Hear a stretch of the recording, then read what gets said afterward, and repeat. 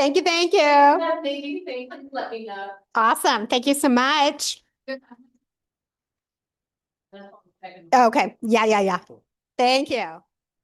All right. So you'll notice my beautiful art. I am so in love with the Olympics. Is anyone else watching the Olympics? It's so much fun. Yes. Except I cried. Well, I don't want to do a spoiler if you haven't watched it all, but I cried last night. I was heartbroken for one of the skaters, but that's okay. All right. Let's get started. And we're going to welcome Dan from La Cima. Thank you. Appreciate you guys having me. If you don't know, I'm Dan McCammon. I work at Pulte Homes in La Cima.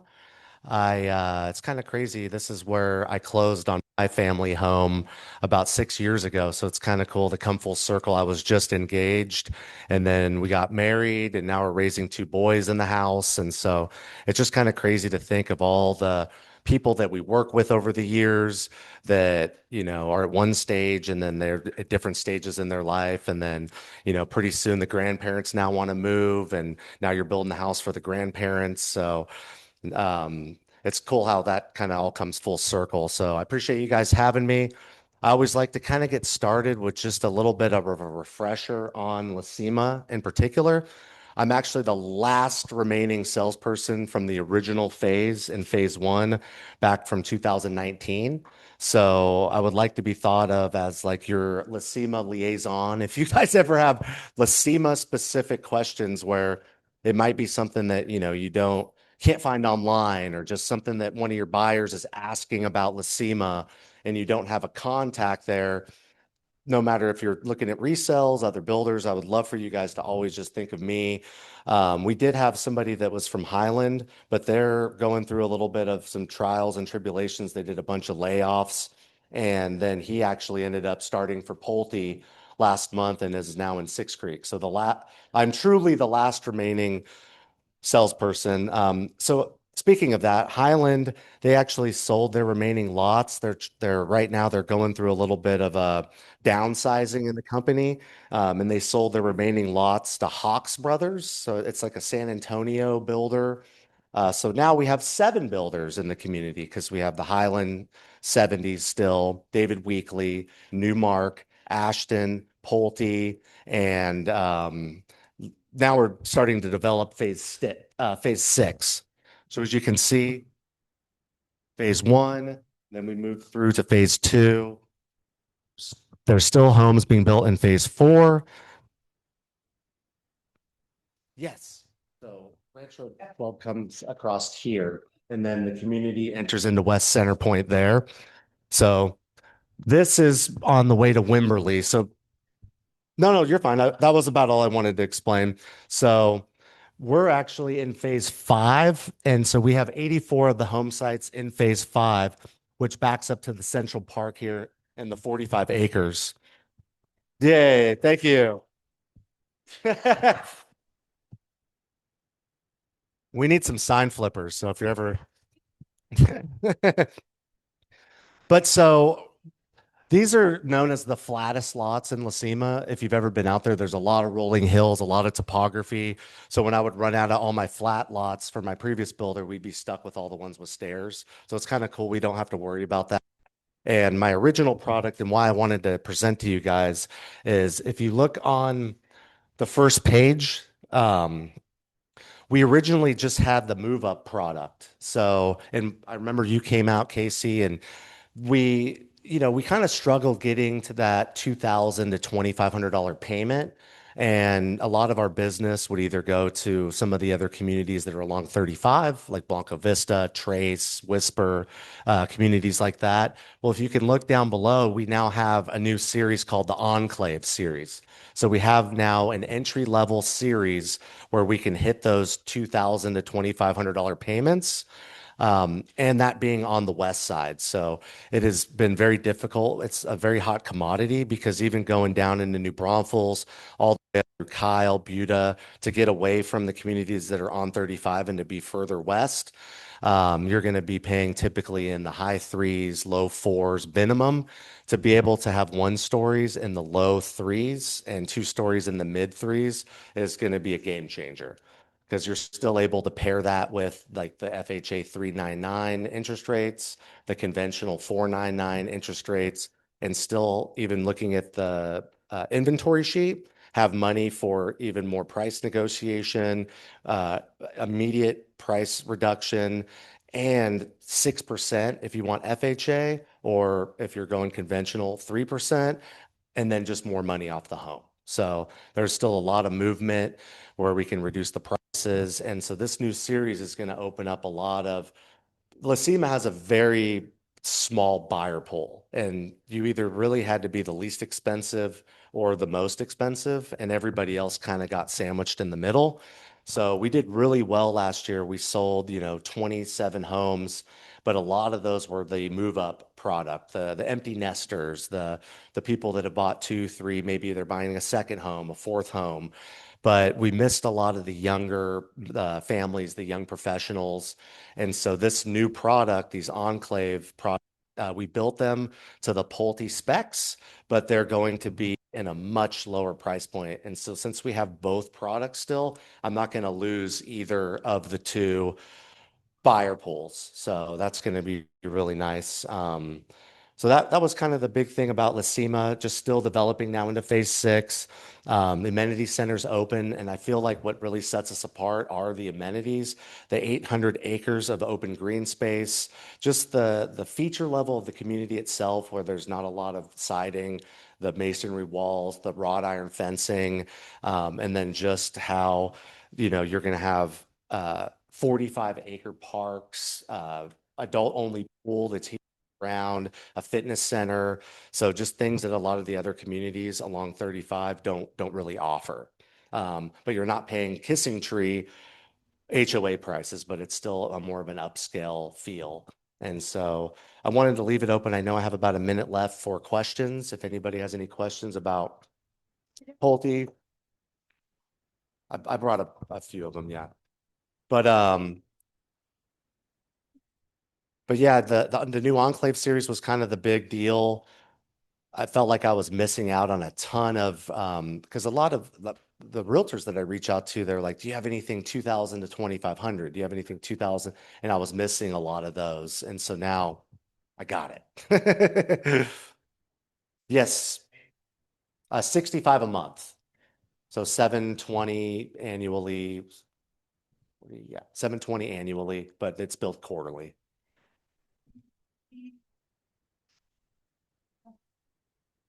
San Marcos ISD. The school district is the San Marcos ISD. So, yes, absolutely. San Marcos ISD. So Hernandez Elementary, Miller Middle School, and San Marcos High School.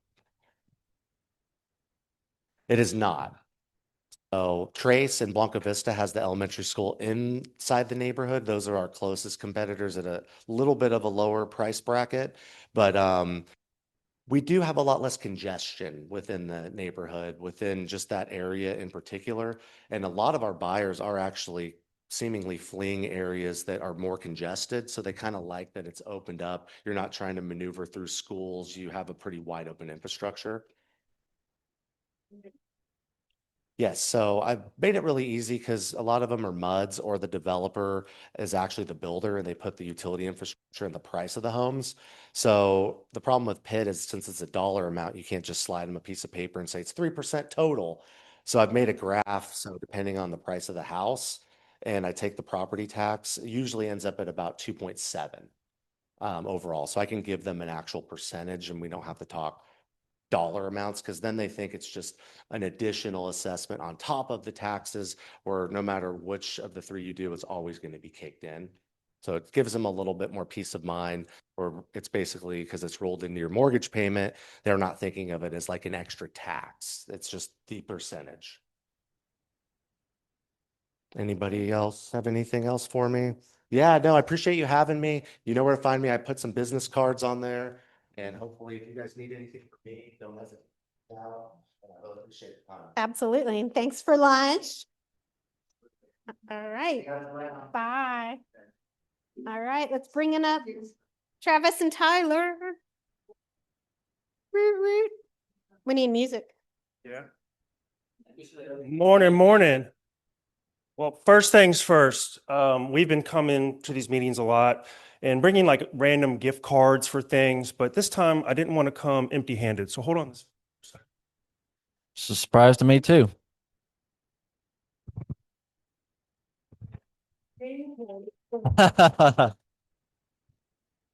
So if y'all know me, I'm a big Fat Tuesday fan, but y'all moved the meeting to the third Wednesday. So timing, you're getting the day after. This is fresh from New Orleans, from the bakery to my house to your meeting, never in the freezer. There is a baby inside. So, normally that means you get good luck if you find the baby. But in this instance, it means all your clients get pre-approved instantly. So good luck finding the baby. There's utensils and whatnot, but y'all eat up. So cool. Yeah, good luck. Good luck. Well, hey, I know y'all got a jam-packed meeting, so I'm gonna be kind of quick today. Just gonna go over the rates and definitely major improvement from the last meeting. I mean, for less than 30 days, that's a pretty significant drop in rates all across the board.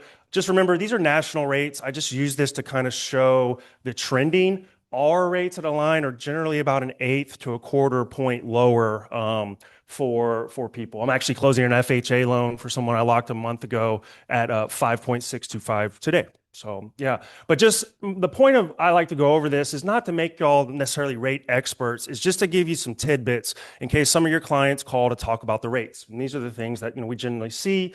That the jobs report is up. That's a major report that influences the rate. A lot of jobs were created, forecasted much higher than what it came in. The inflation report is down. That means the inflation is the lowest it's been on recorded levels in the last 8 months. In my, gas seems to be cheaper. I don't know if you're filling out your cars, you're noticing it, but some grocery prices tend to be high. But at least that has helped rates go down. Again, bonds are the major influencers on rates. When the bond market is doing good, the rate market does better. And this last one, typically we'll get asked like one-off questions from clients, and I'll, like, okay, that's a, unique question. But this one has got brought up a couple times, so I thought I'd share the new Fed chair. So the Jerome Powell is the Fed chair, and he's going to be out in the next couple months. And our current administration is kind of handpicked the next person. And what I'm hearing is like, oh, we should wait till the new Fed chair comes in because rates are going to be lower. Wait to buy, kind of thing. And the time to buy is when it's ready for you. You shouldn't wait around for rates. Like you're going to, be ready when you're ready. But the Fed chair doesn't set mortgage rates. Now, the news of this new Fed chair and things he says and does can influence rates a little bit, but it's not like the new Fed chair is going to come in and say, okay, we're going to set mortgage rates at 5% because I'm in the house now. So just, again, these are just little tidbits in case buyers bring it up. You have a little bit of knowledge of what's kind of going on in the rate market, but certainly like the trend that we're going at. And I know my man Tyler's going to kind of talk about rates and new builds and all that good stuff. Oh, yeah.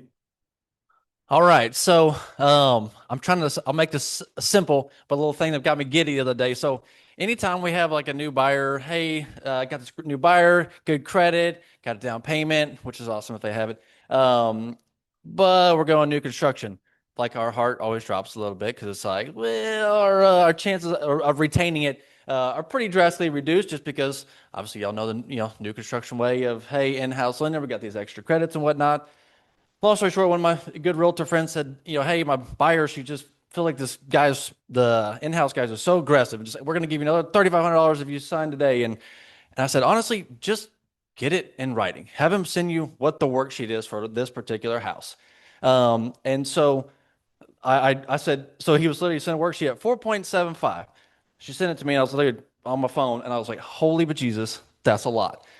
The discount fee, if y'all know discount fee, that's a percentage of the loan amount to buy down your interest rate.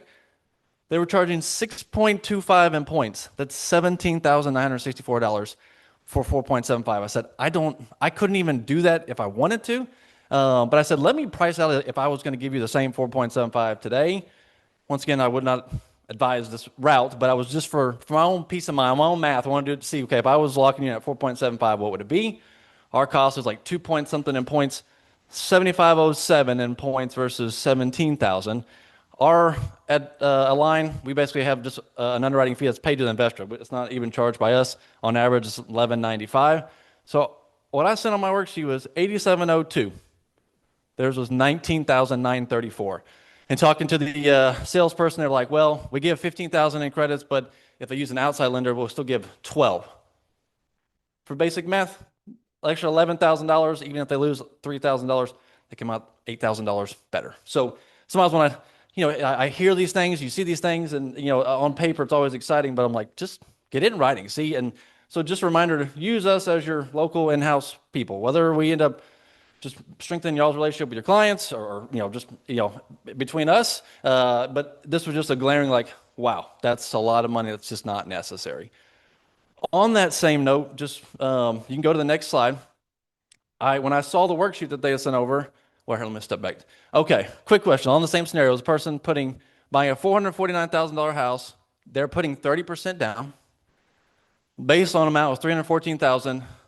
If they took FHA at 5.25 or conventional at 5.875, what would be the better payment? Anybody have a guess? Anybody? Conventional? All right, you can go to the next slide. Ta-da! So this same client that they had sent, they were just trying to be a little flashy, throw this great rate. Well, I said, hey, ask them for a conventional loan. There should be no reason if you're putting 30% down, $130,000 down, that you should be going FHA. She's like, well, why? Should be some at 4.75. Literally, on FHA government loans, even if you put a substantial amount down, you still have monthly mortgage insurance on your loan. So even though the principal and interest was cheaper, they have $130.41 in monthly mortgage insurance, technically for the next 10 years. FHA is normally for life loan, but if you put 10% down, it goes away after 10 years. And there's an upfront mortgage insurance premium on every FHA loan of $5,512.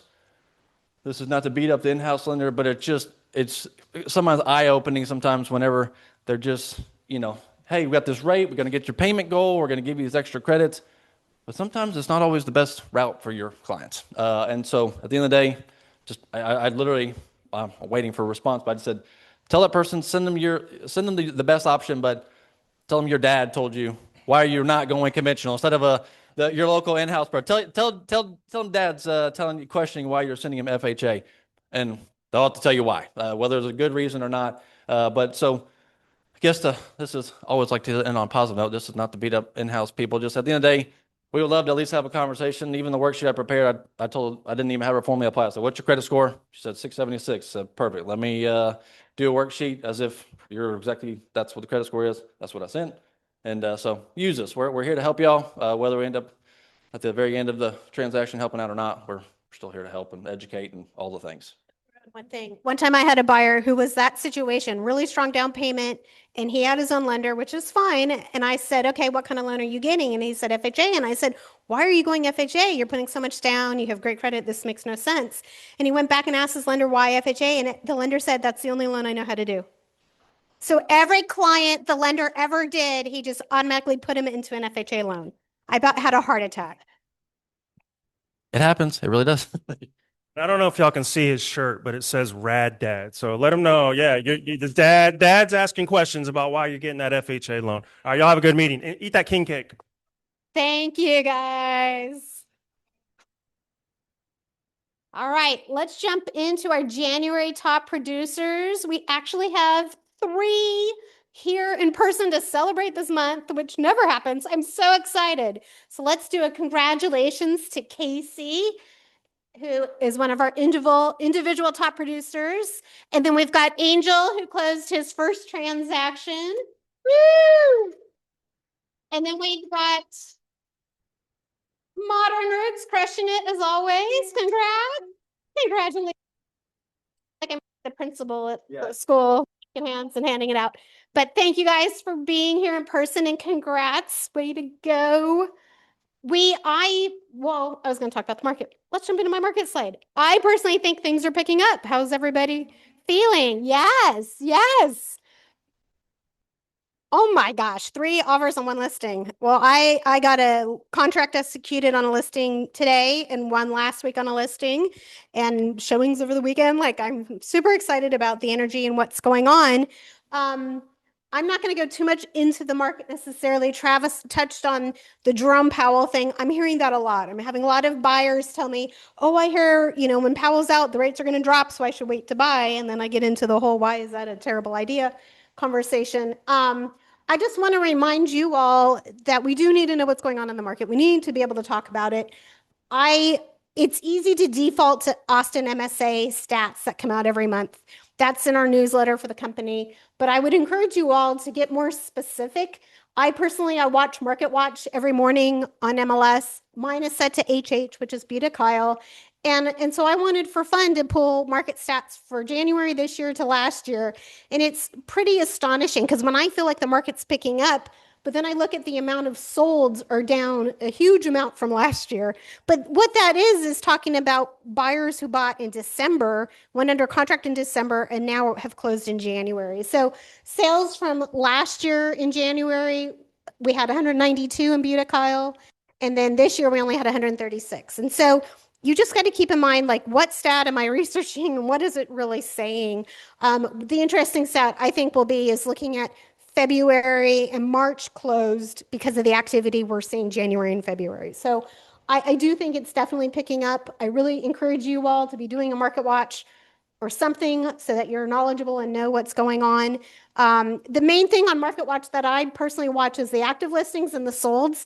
And daily, as those numbers change, right, if more listings are coming on and less solds are happening, and we're seeing that day in and day out, then we know inventory is creeping back up. Or if the solds are outweighing the news, we know things are picking up and getting better. So it's really important. The other thing I do too quickly on the new is just look at the listings really quickly because it'll help me identify really good deals or really unique properties that maybe I want to showcase on my social media or something like that. So just want a gentle reminder to all of you to be doing that. All right. So I mentioned, this time of year, it's usually slow. What else happens this time of year? Anyone want to remember back to last year, what we were talking about this time last year? Property taxes. Woohoo! All right. So one of my favorite reasons to talk to your database is about property taxes. Now is the best time to talk to them about using you as a reference for helping dispute values. And guys, I can't tell you how many issues I found in this last quarter, the fourth quarter, where they should have fought their property taxes. I'm like, why didn't you? We assume they do, but they don't. And so we really need to make sure they are. So reaching out to our database. Valuations should come out by April 1st. Some have come out already. Some counties are releasing them early. But we want to, just drop the bug and let them know we're here as a resource. The other thing we do every year is I host a property tax 101 kind of class. It's really great for anyone who bought their first home last year or thinking of buying this year. They should be on this webinar because it will help them understand what are property taxes? Why should I file a homestead? What does that even mean? My own personal brother has owned his home for 3 years and he still has not filed his homestead. And it is driving me absolutely crazy. And I'm like, I'm going to make him sit in on this class because, gosh darn it, you're just wasting money. And yes, the county will go back up to 3 years and refund you once you file it, but come on now. So it's really important. And I even know one of our personal agents who's a phenomenal top producer agent who didn't file her homestead for years until she took my class and learned about it. So the class is going to be March 26th. It's on Zoom at 6:30. They need to register ahead of time. The Zoom link is on the portal. So what I recommend you guys can do is you can create this, you can have this flyer or create your own to promote, but then have your database reach out to you for the Zoom link and then share the Zoom link that's on the portal calendar for them. Any questions on any of that? I do have a guest speaker who will be coming at the end of it to talk about the protesting process. They're a professional protesting company, and so sometimes that is needed. But the premise is for the normal homeowner, we can dispute and keep them down. And my philosophy is to fight them every year and keep it down, right? If we can. So, all right. Next up, new truck rule on open houses. I wanted to highlight this for you guys because I don't think any of you realize this. I haven't talked about it. And big piece of this is that we're seeing changes with other brokerages. So if you're an agent who hosts an open house for an outside broker, right? Not our listings, but an outside broker, the rule that legislation put into place in the fourth quarter of last year, and Trek has now adopted it as a rule for us, is that you have to have a written agreement before that buyer comes and tours your open house. Yeah. So I'm not worried about them doing ours. That's on them. It's us doing others. That's the issue. And so what we're seeing is a lot of brokers adopt the policy of no more outside agents doing open houses. We're just not even going to mess with it. Do I think the rule is absurd? Yes, I do. I don't understand. The government, when they get involved and things change, they swing way to the right, and then eventually it'll loosen back up and come back to the left a little bit. But this is way too conservative. It's kind of crazy. But it is cool, and it's my job to make sure you know about it. I won't say what I would do if I was in those shoes, but anyways, so that is yes, Dean.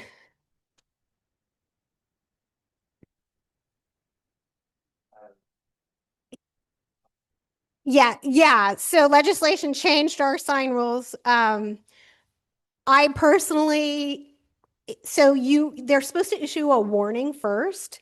And so to me, it's like if I do an open house here and then I'm doing another one there, they can warn me here and then they can warn me there. Like if you keep doing the same open house in the same location, and then you're going to get caught in trouble, I think. But I wouldn't worry about it too much. But yes, the other issue is just to keep in mind some cities have, like, you've got to get signed permits to do your open house signs, or you'll get in trouble. Definitely don't put them out before the open house. Like I used to put them out on Friday nights or Friday afternoons. Like don't be doing that. Yeah, they're trying to make our job a little harder, unfortunately, and we just got to play the game. All right. Kara sent me this one, which I totally missed, but I love. Realtor.com is partnered with Kubicasa. So we've been talking about Kubicasa as a benefit to Austin Board of Realtors.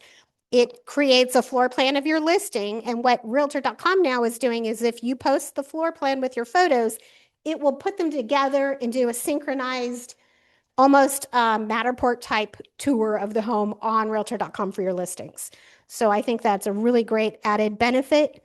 I'm already trying to push you guys to do the floor plans on Kubicasa because we've learned that buyers will pay attention and visit and look at the pictures 20% more often than homes without a floor plan. So it's really good for our listings to be doing all we can to help get them out there. Of course, I did photos and video for a listing yesterday and totally forgot to shoot my Kubicasa. So I'll do it at my open house on Saturday. Okay.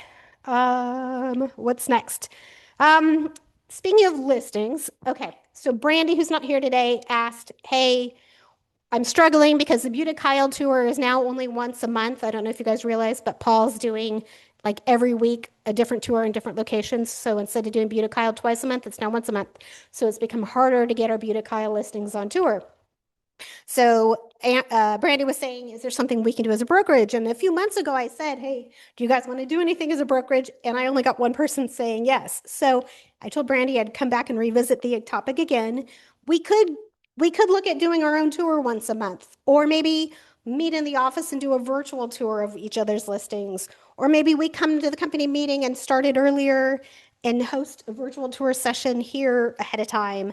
I'm open to all ideas. But I need input and feedback from you guys, because if only 2 of you are going to want to participate, we can't do it. It's got to be kind of a mass adoption and support, or it won't work. So I'm absolutely open to coordinating something once a month to help us with our listings. We definitely, like, if you guys are going to do an agent only open house and you're hosting lunch or something, let me know so we make sure we share it with all the agents. I can mention it in the OneNote. But I'm open to ideas. I just need input from you guys. So email me, A, if you want to participate in something like this, and then B, what would you want to see? What kind of participation?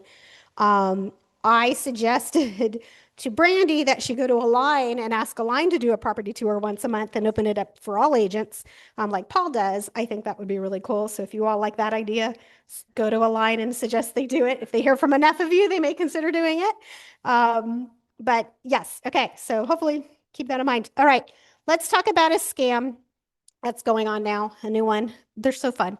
What is happening is a buyer will approach you either from like homes.com or Zillow or whatever, and they're either inquiring about your listing or they may inquire to want you to be their buyer agent, but they're wanting to do a Zoom with you and they're sending you a Zoom link.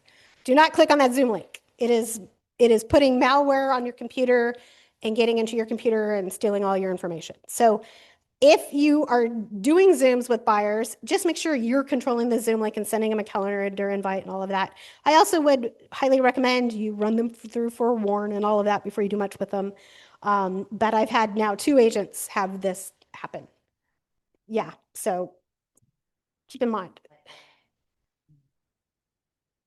Yeah, yeah, the WhatsApp's really obvious, but I mean, they're clever, clever, clever. On that note, I know most of you know this, but if you have a seller who comes from online and says, hey, sell my land, it's going to probably be fraud.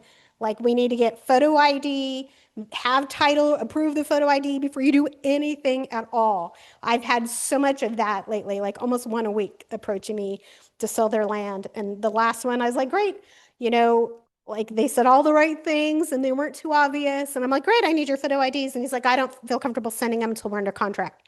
And I'm like, well, I can't help you. I'm like, if you don't want to send it to me, you can send it directly to title, but title has to approve you or I can't work with you. And they, of course, took off. So if we can't meet with the owner, we got to vet them through the ID. And it can't be us vetting them. We need to take the ID and send them to title, make them approve it. I have one right now that's selling. My buyer's buying land. The seller is in Sweden and can't, like, it's been a nightmare trying to figure out how to close it. She didn't qualify for a remote notary. And so now she finally has agreed to make an appointment with the embassy. And I quizzed title and the agent. I'm like, we're sure she's legit, right, guys? Because this is all red flags. Like, oh my God, we have to buy this land. It's a whole big important thing. But yeah, it made me so nervous. But supposedly she's legit. But now she's going to go to the embassy. We'll see. Fingers crossed. All right. This document came to me and I asked Tracy to recreate it for all of us, and it's now on the portal. It's just helpful links. You don't have to, it's hard to read, but it's got information on resale and transfer fees, which is the HOA site, the ECAD status site, floodplain, zoning permits, PIDs, MUDs, all that stuff. So that is now on the portal under Business Basics folder. So yay, Tracy, for putting that together. Thank you. Thank you. All right. So I mentioned property taxes. The other thing we got to start working on are our personal taxes, which I know you all save all your money and love to pay them every year.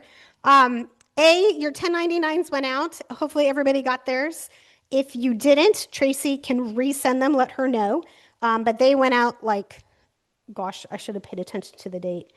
It was like the Friday before the end of the month. Yeah. So, yes.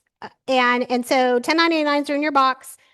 Texas Realtors does a conference every year in Austin. It's their winter conference. And one of the sessions, it was just last week, one of the sessions was specifically on personal taxes. So I've got a bunch of slides on here. I'm not going to go through the slides. I'm not going to teach you about your taxes. However, it's really good information. There's a lot of changes to our legislation this last year that's going to help us hopefully write off a little bit more. So I included, the whole presentation is 53 slides. I did not include all the slides. I included the top ones that I thought were important to you guys. So this as PDF will be on the portal and on Hub, so you guys can go through it. But if you want the full 53 slides, email me and I'll send it to you. The main thing, the host of this session is called Everlance, which is an app. The app will do your mileage. And the one thing I would stress is mileage deduction for this year is 72.5 cents, which is the highest it's ever been. And I don't know about you, but I drive a ton and I need that deduction. And the problem is if I have to ever go prove it with the IRS, you got to have it documented. Like there's no way around it. We can document it for a month or 2 months and then say, here's the average and use that, but you got to document it. And so I personally am using the Everlance app. At the end of these slides, that Well, actually, that scan did not work. But on Texas Realtors, under our benefits, we get 50% off of the Everlance app, and it's like $30 for the year. And so what it does is you turn it on and let it run, and at the end of the day, it'll say, I saw you went to all these different stops, and you categorize the stops that were business and why, and the use and the client, and then it records them all. It's pretty amazing and brilliant. So if you're not using something like that or haven't done anything like that, we got to do it. Every year we got to do it. We got to do it for a month at least to have some kind of documentation. Otherwise, you're asking for trouble. And if you're not writing off your mileage, please write off your mileage. I had an agent ask me yesterday, do I do mileage and my toll roads? And the answer is no. It's either mileage deduction or expenses. And typically our mileage is a better benefit than the expenses. So, all right. And I am not a CPA. Just saying. All right. A lot of you have seen probably emails about FinCEN, and everyone's like, what the heck is FinCEN? And all the title companies are like, I'm teaching a new class on FinCEN. And I'm like, that's your problem, not on my problem. But I thought I'd clarify with you all what FinCEN is. And the other one I'm knee deep in with this Sweden seller is FERPTA. So first of all, FERPTA is a Foreign Investment Real Property Tax Act that was installed in 1980. And basically, if you have a foreign seller, they have to pay up to 15% of this sale as a tax at closing. The problem is, and this is a huge problem, and I absolutely hate it, A, the title company can't do anything about it. So they can't regulate, enforce, dictate. They just say, it's up to you guys to figure it out. But the responsibility of FERPTA tax is on the buyer, even though it's a foreign seller who's being taxed. The buyer's the one who has to pay it.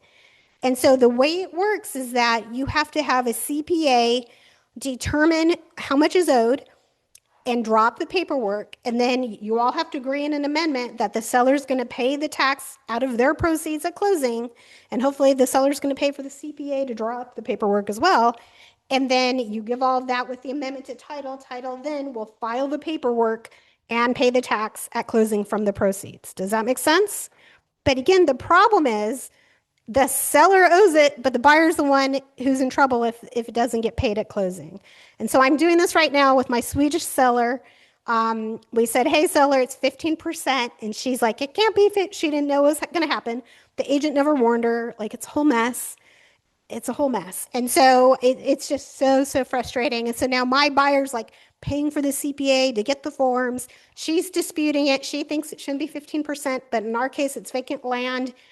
And so like if it was a home and it was going to be bought to be used as primary residence, then that 15% could come down, but it's vacant land, so that doesn't qualify. So it's 15%. She'll figure it out at some point, eventually agree to an extension on this contract, and we'll get it closed. But it's flipping nightmare. And so like if you have that situation, just let me know. Let's talk through it. I'll help you. I've got a CBA who does it all the time. But the main thing is like if we're representing a buyer and we are questioning the seller, we need to make sure title or someone has vetted the seller to make sure they're not a foreign person. So if they have an I-10 or social security number, then it's fine. That doesn't qualify. It's when they don't have an I-10 or a social security number that they truly are a foreign seller, meaning they're paying taxes to their own government and nothing here, that they're going to get taxed. Casey, did you have a question?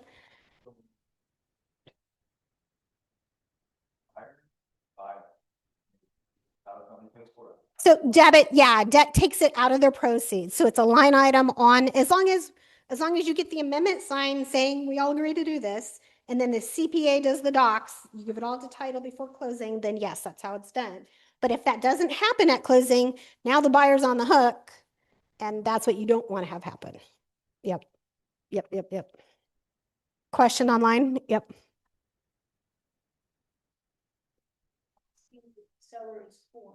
Is it disclosed somewhere on standard real estate resale box? No, it's not. So if you suspect or are concerned, just ask title and make sure they verify. Title immediately when they get a transaction, they send a buyer information sheet out to all buyers and seller information sheet out to all sellers, and it asks them those questions. So title is vetting. The problem is title may not look at those documents or get them back until right before closing. So you kind of don't want to wait till the last minute to figure it out. So if you're concerned about it, ask title, hey, I want to make sure we don't have a FERPTA issue here. Yeah, and you hope the listing agent knows. I mean, my listing agent has listed this property for over a year and had no idea. Like he knew a seller lived out of the country, but had no idea it was going to be a foreign seller. And if you're a listing agent and your client lives out of the country, immediately have them get with title and vet it. Title will vet it and figure it out. We don't want to make the determination. We want title to make that determination, but we need to know. You know, in our listing agreement, there's a box that says, are you a foreign seller or not? And nobody ever gets that mark. Nobody says, hey, seller, mark it, you know, but if we question it, we absolutely got to figure that out. Okay. I have two quick case studies and then we will play some Kahoot and have some lunch. First one, this stupid agent, um, I could, I can say stupid because it's me. I did this. I know, I want to cry. Okay, so my buyer was buying this parcel with the little red dot that sits right in floodplain, right? Everybody can see the purple, right? Floodplain. We knew that. Buyer wants to purchase it. It's large acreage with a structure on it, and they're getting a loan. So, of course, immediately it's like, okay, what is flood insurance going to look like? I go and I'm like, hey, do we have a survey? Do we have an elevation certificate? None of that existed. So I warned my buyer, hey, we're going to have to pay for a new survey. And while we're doing the survey, we need to do the elevation certificate so that we can determine if the ground floor of the structure is above the floodplain so that we don't have to get flood insurance, right? He's like, yeah, great, sounds good, okay, do it. So $800 later for that elevation certificate, Carlin learns, big lesson, that when you're out in rural areas in the county, they don't determine the base flood elevation for those properties. It's only done in dense areas, city areas, because cost-wise, it doesn't make sense to do it. There's not enough transactions. They don't do it. And I had no idea until after we got the stupid base or the elevation certificate back, that was totally worthless. So, and you're all looking at me like, what am I talking about? So as an example, what happens is the county or the city of Austin has its own base flood elevation determination. In this case, they would say the base flood elevation is 530 feet. So anything above 530 feet is out of floodplain, and anything below that is in floodplain. And then the surveyor with an elevation certificate goes out and measures where the ground floor is of the structure, the lowest floor, and says, oh, in this case, for my example, the top of that floor is at 537 feet. So you're 7 inches above the floodplain. Therefore, you don't need flood insurance. Does everybody get that? That's what happens. Unless you're in a rural area where there's no BFE.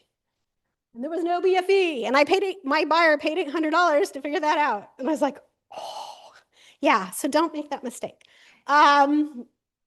Elevation certificates. So the minute I work with a buyer who's looking at floodplain, make sure you're always checking the map and make sure it's not in floodplain because floodplain is everywhere. But the first question is ask the listing agent, do you have an elevation certificate? Is your client paying flood insurance? If they're already paying flood insurance, then that policy can be grandfathered in for your buyer. But if they weren't paying flood, that's a whole different story. So just, ask me, get me involved if you need help. Yes. Oh, we had to get flood insurance. It was an automatic, you have to have flood insurance. So we paid $800 for nothing. And I said, I'm really sorry. My client loves me. It's okay. But I was like, oh my God. And we tried, I had Kara helping me. We were calling everybody in the world in that county, like, who's determines this elevation? And it doesn't exist. Dean. So on that helpful sheet that Tracy created, there's a link to the city floodplain maps for Austin. Yes. What's that? It's in the portal under business basics folder. Yep. Yep. All right. Let's talk about another case. Oops. That has happened a couple times lately. In this example, the listing agreement doesn't have compensation to the other agent, which is all of our listing agreements, right? We don't offer compensation to the other agent. The contract got executed with 0 in the compensation paragraph. And it said 3% at the bottom of page 10. Bottom of page 10 is the agent's page, right? And it says 3%, but nobody signs that page, right? It's just a disclosure. And there was no broker to broker compensation form signed either. If you represent the seller and you failed to correct the contract, knowing the buyer's agent's intentions to be paid at closing by the seller, and you also fail to explain this to the seller when you're presenting the offer, what are you going to do? This is happening a lot. And guess what's happening? Agents are eating some commission. We don't want that to happen. We got to make sure we're paying attention to this compensation and where it's going. Luckily, I've trained you guys. You're all doing really well. Just if you write an offer, make sure it's on 12. Put it on 12. And if they say, oh, it's in my listing agreement, I don't care if it's in the listing agreement, I want on 12. The listing agreement will automatically adjust if it's on 12. Casey. We recommend our possibility to let the buyer agent know. So like if it's like this, you immediately make it change. Yeah.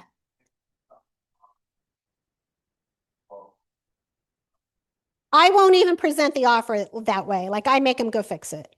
And so what I'm doing is the minute an agent's like, hey, are you paying compensation? Yes, paragraph 12. Like that's my response. Put it in 12. Yeah. Say something, I guess, but they're expecting, obviously. Yeah, the intention is this, they're expecting the seller to pay it. And so if we're like, oh, you're wrong, screw you, and you get to closing, you're gonna have a really big problem. And someone's gonna eat it. Yeah. And you know, if you knew the intentions, right? If this ended up legally in court, the courts will look at who knew what was the intention of every party. And if it turns out that your party, where I was gonna suck it to the other agent, you're gonna be the one eating it. So we know better. We can't let that happen. Yep. Then the buyer's on the hook to pay the buyer's agent. Like that's the whole point of the buyer rep, right? The buyer rep says, you're giving me permission to go get it from the seller. But the bottom line is the seller is willing to.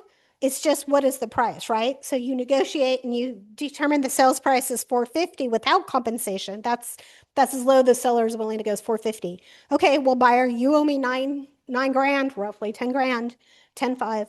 I'm going to bump up the 450 to 460,500 to cover my compensation now and now get the seller to pay it. Or bump it up to 460,500 and get more in concessions for the buyer to pay it from their side. Either way, depending on what you can do on the loan. But so at some point the seller's willing to pay it. You just got to bump up the price. And so the key is when we're explaining the buyer rep agreement to the buyers up front, we got to just explain how it's going to work. I'm going to negotiate, get you the bottom line, and then we're going to bump up the price to cover my commission. Are you good with that? I always get the seller to pay for it. Do you want the seller to pay for it? And they go, yeah. Okay, great. End of story. Yeah.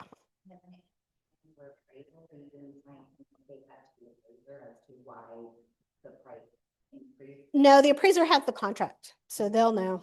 Yep. Yeah. The only issue on appraisal is if the minute you're bumping the appraisal above what your listing price is, like that can get a little hairy in a down market. But normally we're okay. Casey?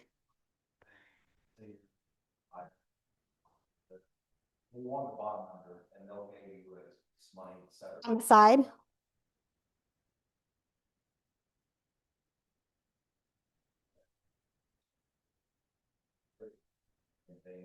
Yeah, I mean, as long as they're still willing to pay you at closing or in the form of a check, it's got to go to the broker one way or another, right? But yeah, I haven't personally had that experience, but I've definitely heard of that. Like I've heard of buyers negotiating 5 grand flat fee, you just cut me a check at closing or whatever. I mean, I've heard all kinds of things like that happening. In my experience, I've had no problem. I've closed more buyers than sellers over the last years. I've had no problem with my buyers in paying it. Where we've run into issues, and we will again when the market switches, is that in multiple offers, things are going to start getting cut, right?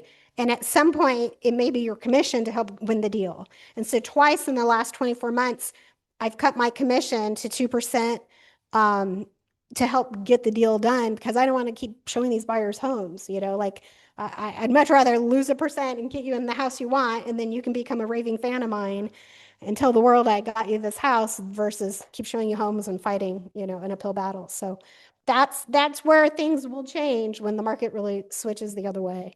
We're kind of lucky in that sense that this whole change has happened during a down market for us because it really hasn't been an issue. Okay, a couple of FYIs and then we'll grab lunch and Kahoot.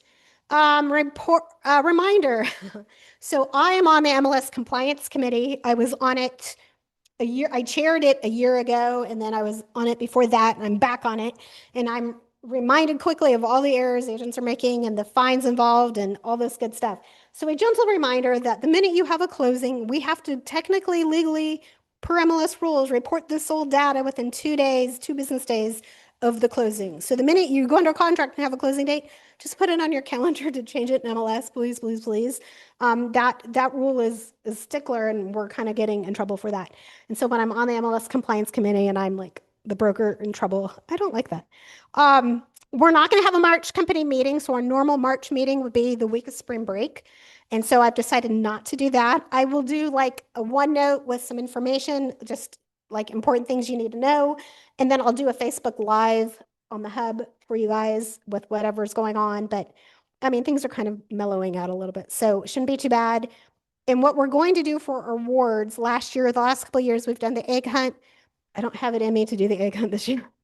I just can't, I can't do it. Unless you all want to help me, I'm not doing it. So we're just going to do a happy hour event like at Moon Tower or maybe Nate's, I don't know, somewhere. And we'll do our awards. So I'm going to work on in the next day or two what date exactly. And we'll do happy hour and just do our production awards for last year at that time. So watch the OneNote on Monday for the details on that. And then just a reminder to, if you guys want to reserve the conference room, let us know. Tracy can save it for you. Because we're just a small office, sometimes like Tracy and I may plan to do work in the conference room and then things happen and it's like, we want you guys to be the priority. You get the conference room first. We will work around things. We just need to know what's going on. So just a gentle FYI. All right, let's go grab lunch and then we'll Kahoot. And those of you online, if you want to stay around for Kahoot, you're welcome to.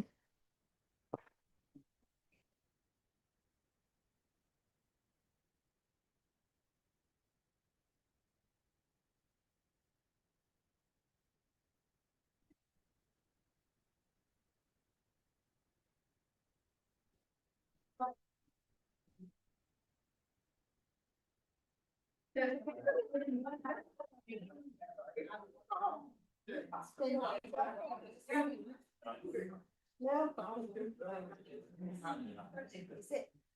Did you say $30 or is it $100?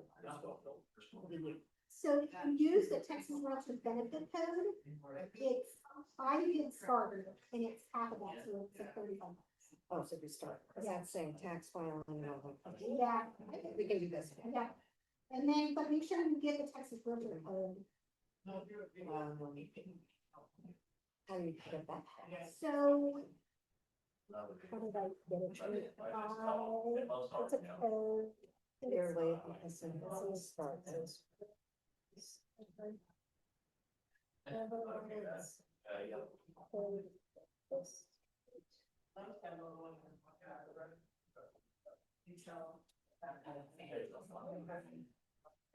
You gotta log in and look it up, I guess. You gotta log into that. Log into Texas Realtors member benefits.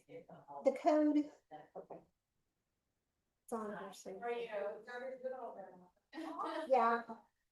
I guess it's behind membership, but it's on there. And it was like I think it was Everland about something like that. And then it was 50% off. Okay. Oh, you're so funny. Thank you. Yeah, it's very welcome. It's an exciting moment. I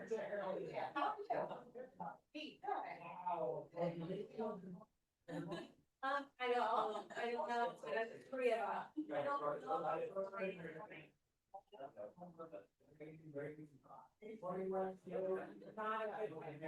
Yeah. Thank you.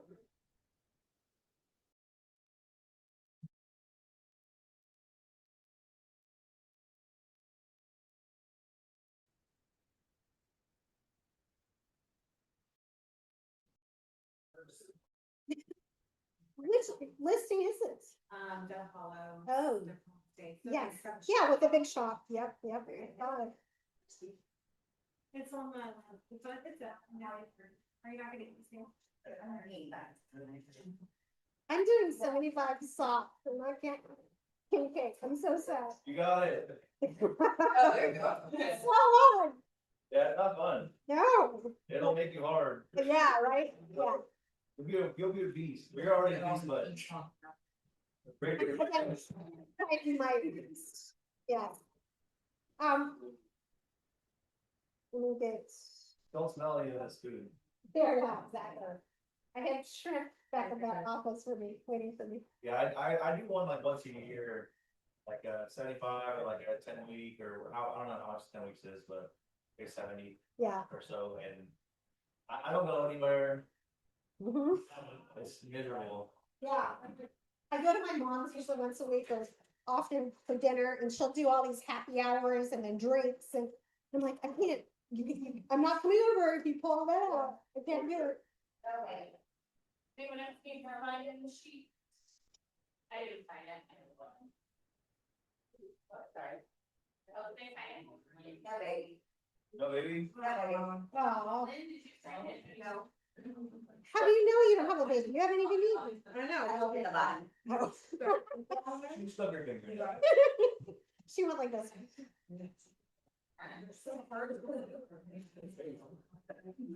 Uh-oh, Otto's up.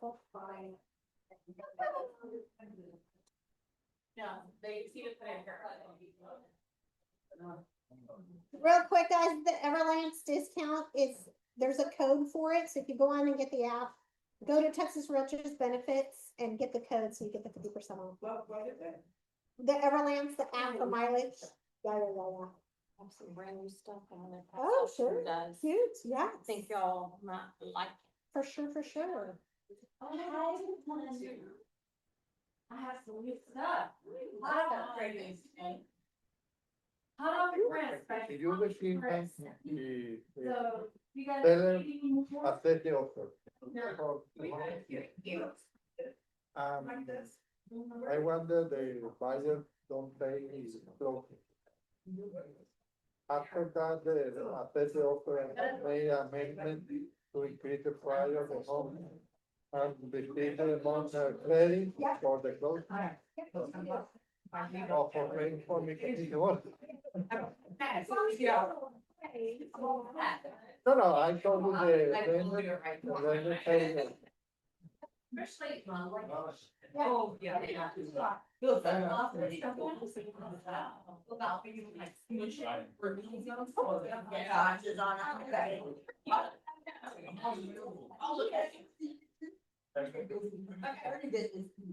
Right. All right, I need you all to join figures.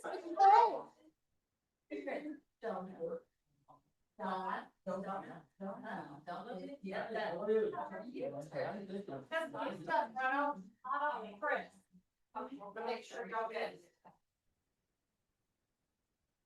Am I missing anybody? Oh, there's. Oh, I'm sorry. Thank you. I thought it was all. I'm all together. And so.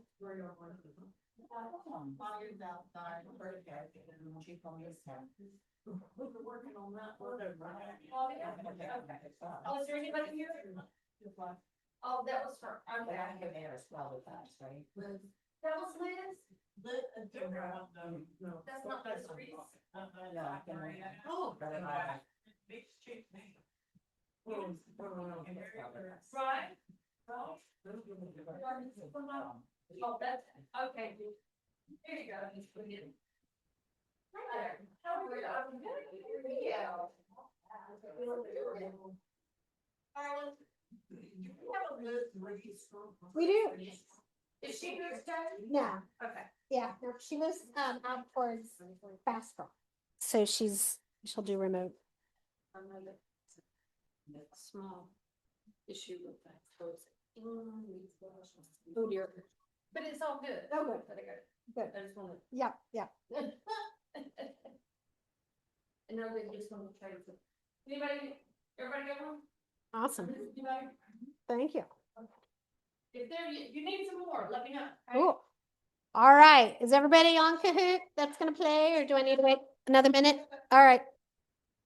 What's what? Kahoot.it is where you go to sign on.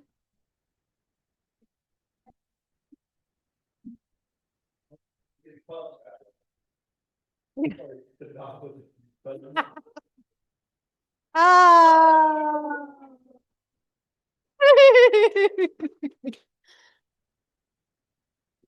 Lee did. I'm gonna close.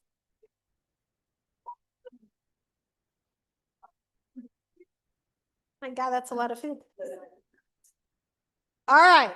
Are we good? Anyone else waiting? Ricardo and Lynn? Go ahead. Go ahead, log in, log in. I'm waiting.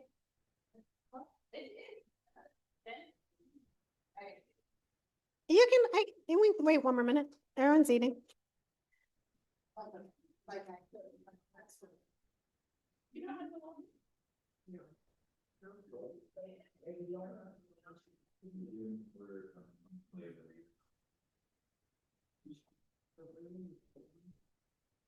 While we're waiting, did everybody see Kara's son in his Super Bowl commercial? It was so cute. Oh my gosh. Yes, yes, it was adorable. Kara's son was in a Super Bowl commercial. It's so cute. It's adorable. It was so exciting.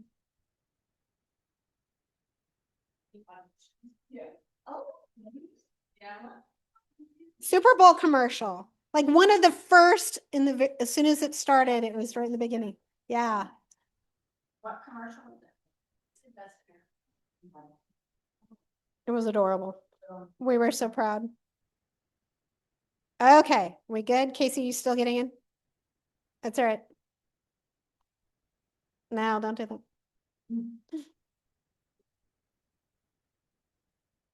And for those of you that haven't played before, quick and correct get you the highest points. So that was a friendly reminder. I tried to make this one easier. I did more true and falses. So we're not stumped. All right, my guy, you ready? Let's rock and roll.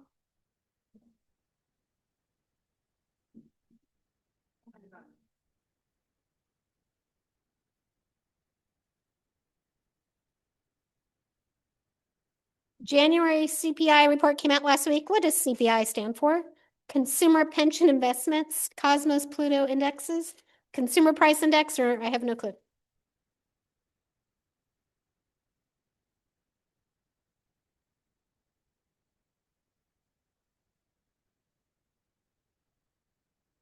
Yes, good job. Consumer Price Index.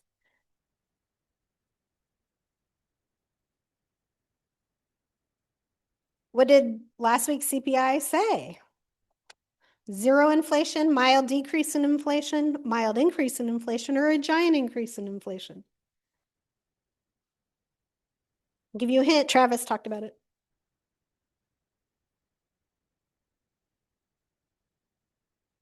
We had a decrease in inflation. Not giant, but better. And it got us to 2.4%, which is like the lowest Travis said we've been in a long time. So that is good. It's just, I'm throwing this in there because it's things we got to pay attention to when we want to talk to our clients about what's going on in the market. And, you know, all of these factors affect what's going on. True or false? January sales for HH were up from last year. I talked about it when I was talking about the Market Watch. That's right. They were down by quite a bit, but that's okay. We're rebounding.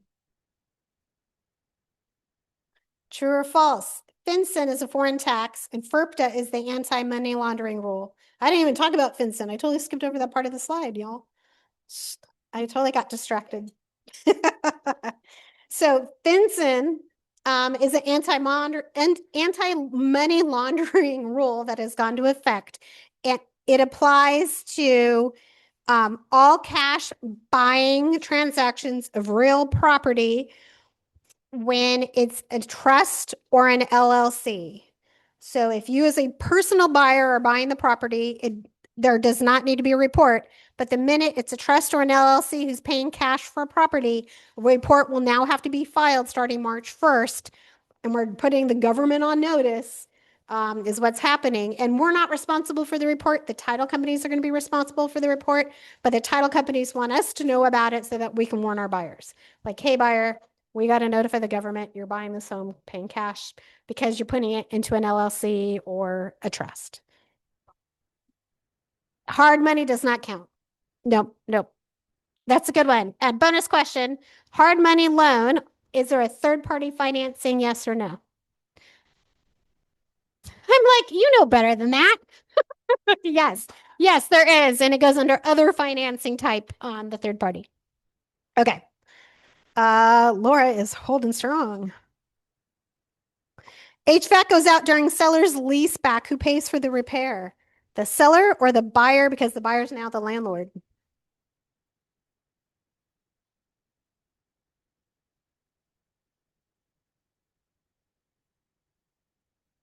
Oh, I was hoping for 100% on that one. Seller. So it's really important. We explain to sellers when they're agreeing to do a lease back, just because it's no longer their home doesn't mean they're off the hook for anything that breaks in that house.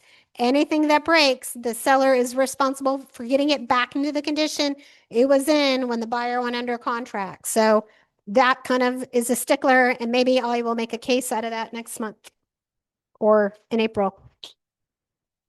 All right. Uh-oh. CR. Call it. No. Who's CR? Ah, Crystal. I can't think of your last names quick enough. All right. True or false? I can use a plat if I do not have a survey for the requirement in the contract. True or false? I just had an agent try to tell me they could do this, and they are wrong. Yeah, a plat is typically created at the beginning of the subdivision to plat out all the lots. They do not usually have the outline of the house. Even if it's vacant land, you still can't use the plat. The plat doesn't usually have setbacks, easements, all those kind of things on it.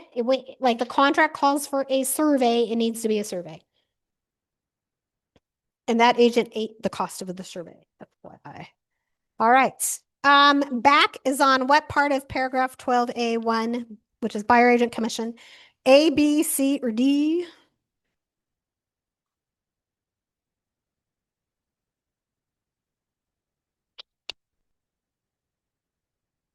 So remember, closing costs moved.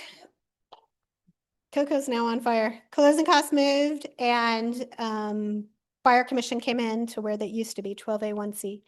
Client applied for a lease, but there was no leasing criteria provided prior to applying and paying the fee. Can we get them a refund if they are denied? Yes or no, or no or yes? Oh, I switched those on you. Sorry.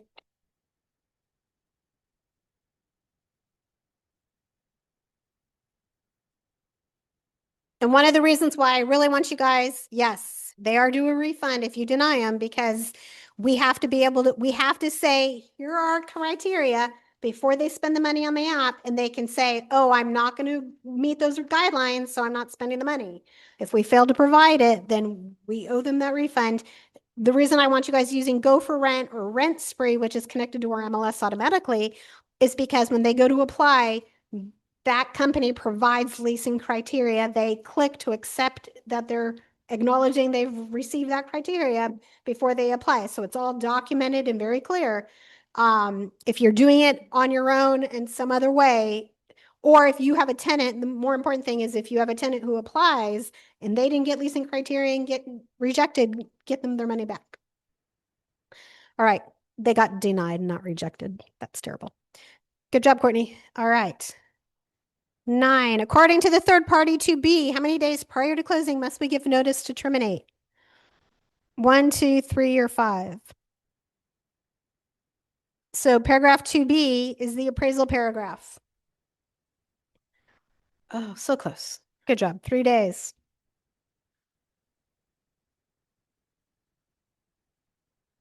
Ooh, close.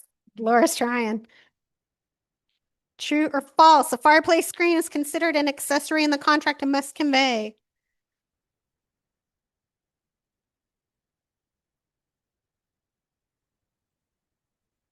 Wow.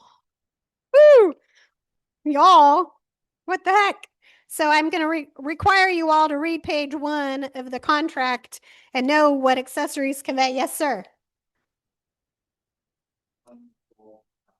So in the contract, it does not stipulate. And so if you're advertising it and it like you have it for sale and it's being demonstrated with it sitting there, whether it's attached or not, per the contract, it's supposed to convey. And if your seller wants to keep it, you know, make sure you exclude it on the contract.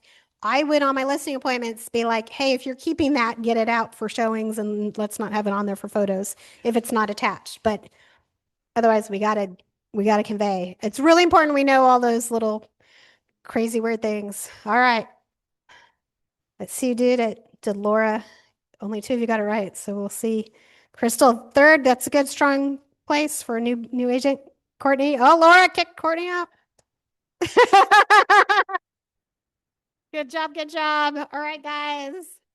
Thank you so much. Ooh, my guy and AutoZone were runners up. Good job. Honorable mentions. All right, guys. Thank you so much. See you all online later. Thanks for being here.